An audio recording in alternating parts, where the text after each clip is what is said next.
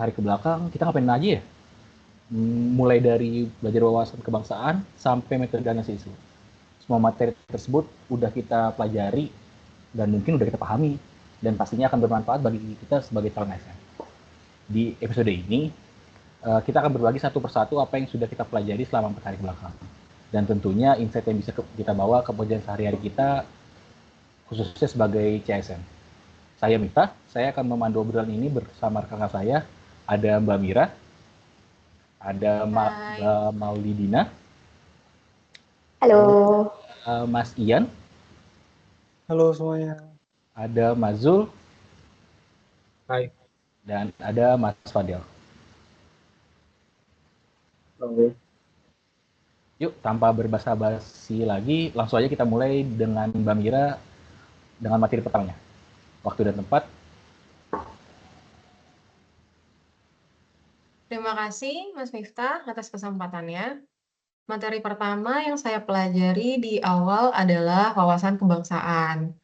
Nah, pada materi wawasan kebangsaan itu, kalau boleh saya jelaskan, pada dasarnya adalah cara pandang kita sebagai warga negara terhadap diri sendiri dan lingkungan sekitar, yang dilandasi oleh rasa cinta tanah air dan kesadaran berbangsa, serta terhadap nilai-nilai itu sendiri. Poin pentingnya yang saya dapati adalah bagaimana kita menempatkan kepentingan bangsa dan negara di atas kepentingan pribadi atau golongan. Selama pelatihan, jujur saya lebih paham bahwa wawasan kebangsaan itu bukan hanya soal teori, tapi harus tercermin dalam sikap sehari-hari, misalnya menjaga kerukunan di tempat kerja, menghargai perbedaan. Contohnya ketika berpendapat tidak ada rasa perlu ingin menang sendiri gitu ya. Dan berkontribusi positif untuk masyarakat karena yang kita tahu sebagai ASN harus berorientasi pada layanan. Buat saya ini mengingatkan bahwa menjadi ASN bukan hanya pekerjaan, tapi juga amanah untuk menjaga persatuan. Begitu Mas Miftah, terima kasih.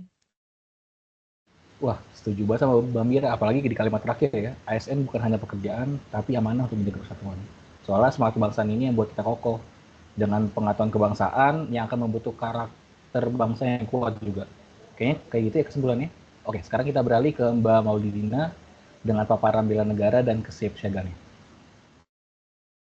Terima kasih Mas Miftah. Nah, seperti yang sudah dipaparkan oleh Mbak Mira tadi, kalau untuk bela negara dan kesiapsiagaan bela negara ini sebenarnya ada hubungannya juga sama wawasan kebangsaan. Berhubungan bagaimana, sedangkan kalau untuk bela negara dan kesiapsiagaan bela negara ini lebih ke arah bagaimana implementasi kita di kehidupan kita bekerja dan bersosial seperti itu. Dan ternyata setelah apa yang dipaparkan selama latar kemarin, bela negara itu tidak selalu identik dengan angkat senjata, tapi juga bagaimana kita sebagai CSN, CPNS menjaga kedaulatan, persatuan, dan juga keselamatan negara lewat peran masing-masing.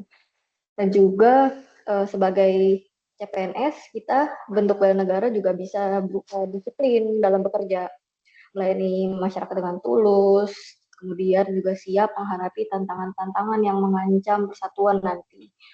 Dan kemudian di paparan materi kemarin juga kami juga diajarkan untuk siap secara fisik dan juga siap secara mental untuk menghadapi bencana maupun disinformasi atau potensi ancaman sosial.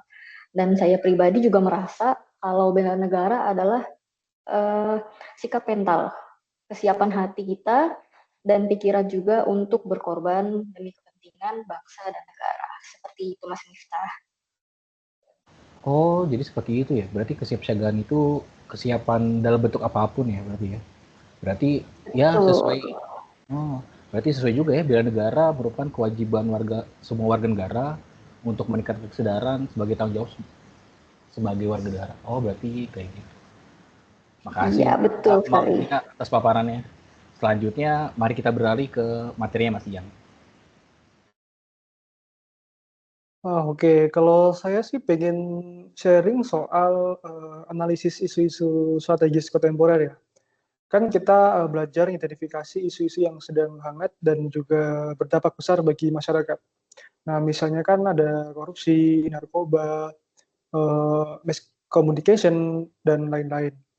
Korupsi dan narkoba, saya ambil 2 contoh itu. Nah, itu merupakan ancaman yang besar ya dan merusak fondasi bangsa.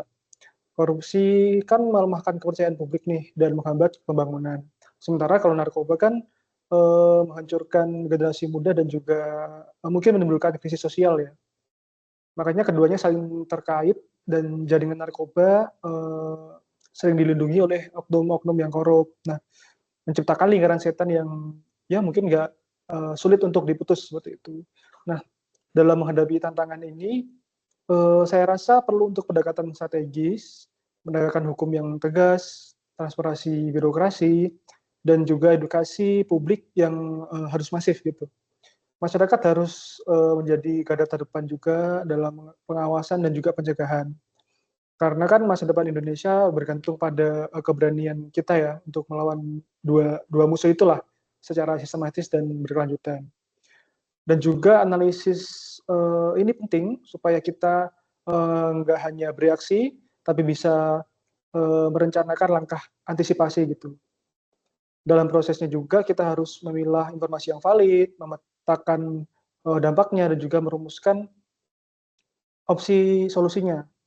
Kalau bagi saya, keterampilan ini sangat berguna banget karena di pekerjaan kita kan sering dihadapkan pada masalah-masalah yang butuh respon cepat dan tepat ya, kayak gitu. Wah, berarti ada beberapa tahapan yang perlu kita ini ya, kita garis bawahi ya. Dari identifikasi, terus ke analisis, lalu antisipasi atau tindakan tentang apa yang berhubungan sama isu tersebut. Mantap banget paparannya Mas Ian. Betul. Kemampuan analisis ini emang berguna banget kita sebagai CSN untuk membedah apa masalah-masalah yang ada di bangsa kita. Oke, sekarang mari kita lanjut ke Mas Zul dengan materi algoritma kebangsaan. Oke, terima kasih Mas Miftah. Saat itu saya dengar algoritma kebangsaan itu, ini kata-katanya keren. Jadi saya tertarik untuk pelajari algoritma kebangsaan. Yang awalnya terdengar seperti istilah teknologi, tapi sebenarnya itu adalah langkah-langkah sistematis untuk memecahkan persoalan kebangsaan. Konsepnya mirip seperti algoritma komputer. Ada input berupa permasalahan, proses analisis berdasarkan nilai Pancasila, Undang-Undang 1945, NKRI, sampai Bhinneka Tunggal Ika, lalu outputnya berupa solusi yang berkeadilan. Yang menarik, algoritma ini bisa dipakai dalam banyak situasi, mulai dari kebijaksanaan publik sampai penyelesaian konflik sosial. Bagi saya ini mengajarkan bahwa penyelesaian masalah bangsa harus punya landasan nilai yang kuat, bukan sekedar praktis. Oh, berarti gitu ya. Menarik sekali Mas Zul. Nilai kebangsaan yang harus jadi filter utama dengan tujuan mendorong inovasi dan adaptasi digital dalam nasionalisme. Oh, berarti algoritma kebangsaan ini penting juga ya. Oke, makasih Mas Zul atas paparannya. Mari kita pindah ke materinya Mas Fadel. Terima kasih Mas Miftah. Mungkin dari saya akan bahas dari sisi implementasi 4 konsensus dasar bernegara ya, yaitu Pancasila, Undang-Undang 1945, NKRI, dan Bhinneka Tunggal Ika. Keempatnya adalah pilar yang sengaja kita jaga untuk tetap utuh sebagai suatu bangsa. Implementasinya dalam kehidupan ASN antara lain adalah bersikap adil, menjunjung hukum, menjaga keutuhan wilayah, dan menghormati keberagaman. Yang saya dapat dari materi kemarin ini, 4 KDB itu bukan sekedar hafalan, tapi harus jadi pedoman dalam mengambil keputusan, bahkan hal yang kecil sekalipun. Dengan begitu, setiap tindakan kita selalu sejalan dengan cita-cita bangsa. Mungkin itu dari saya. Oh, berarti materi Mas Fadel ini benar-benar fundamental ya, karena apapun yang dibahas sebelumnya, awalan ataupun dasarnya dari 4 konsensus ini ya, Pancasila, Undang-Undang 45, NKRI, dan Bhinneka Tunggal Ika. Oke Mas Fadel, terima kasih atas paparan materinya. Selanjutnya mungkin tadi udah 5 materi yang sudah disampaikan oleh teman-teman saya. Yang hingga terakhir implementasi 4 konsensus dasar, maka sekarang saya juga akan menjelaskan nih metode analisis isu berdasarkan beberapa isu-isu yang sudah dijelaskan sebelumnya, dan juga bagaimana sih cara menyikapinya. dalam pelatihan dasar ini kan materinya sudah disebutkan sebelumnya oleh pemateri kita. Kita itu belajar bahwa analisis itu perlu sistematis, di mana pertama kita harus menjelaskan konsepsi perubahan lingkungan yang strategis. Lalu setelah tahu apa isu di lingkungan tersebut, kita tuh harus bisa mengidentifikasi isu strategis kontemporer, dan isu ini tuh harusnya benar-benar dekat dengan kita. Lalu terakhir menerapkan teknik analisis isu dengan kemampuan berpikir kritis. Apa sih tujuannya? Biar kita tuh bisa mengkerucutkan dan juga memfokuskan pada satu isu atau beberapa isu yang memang benar-benar penting.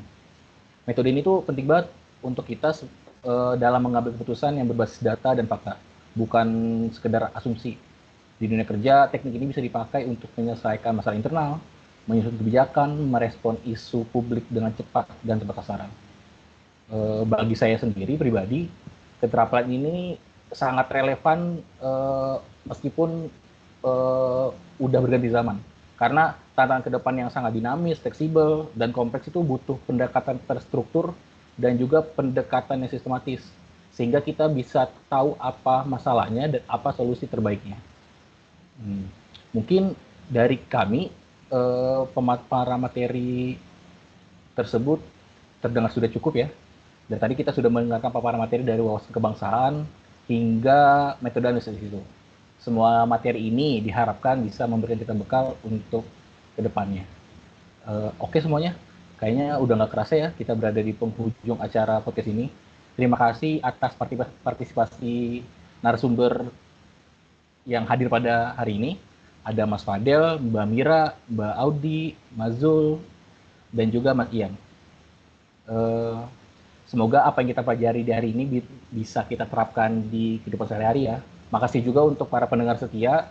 Sampai jumpa di podcast Pembangunan Bangsa episode berikutnya. Dan salam semangat untuk Indonesia Maju. Dadah. Terima kasih. Dadah, sampai ketemu lagi. Cut.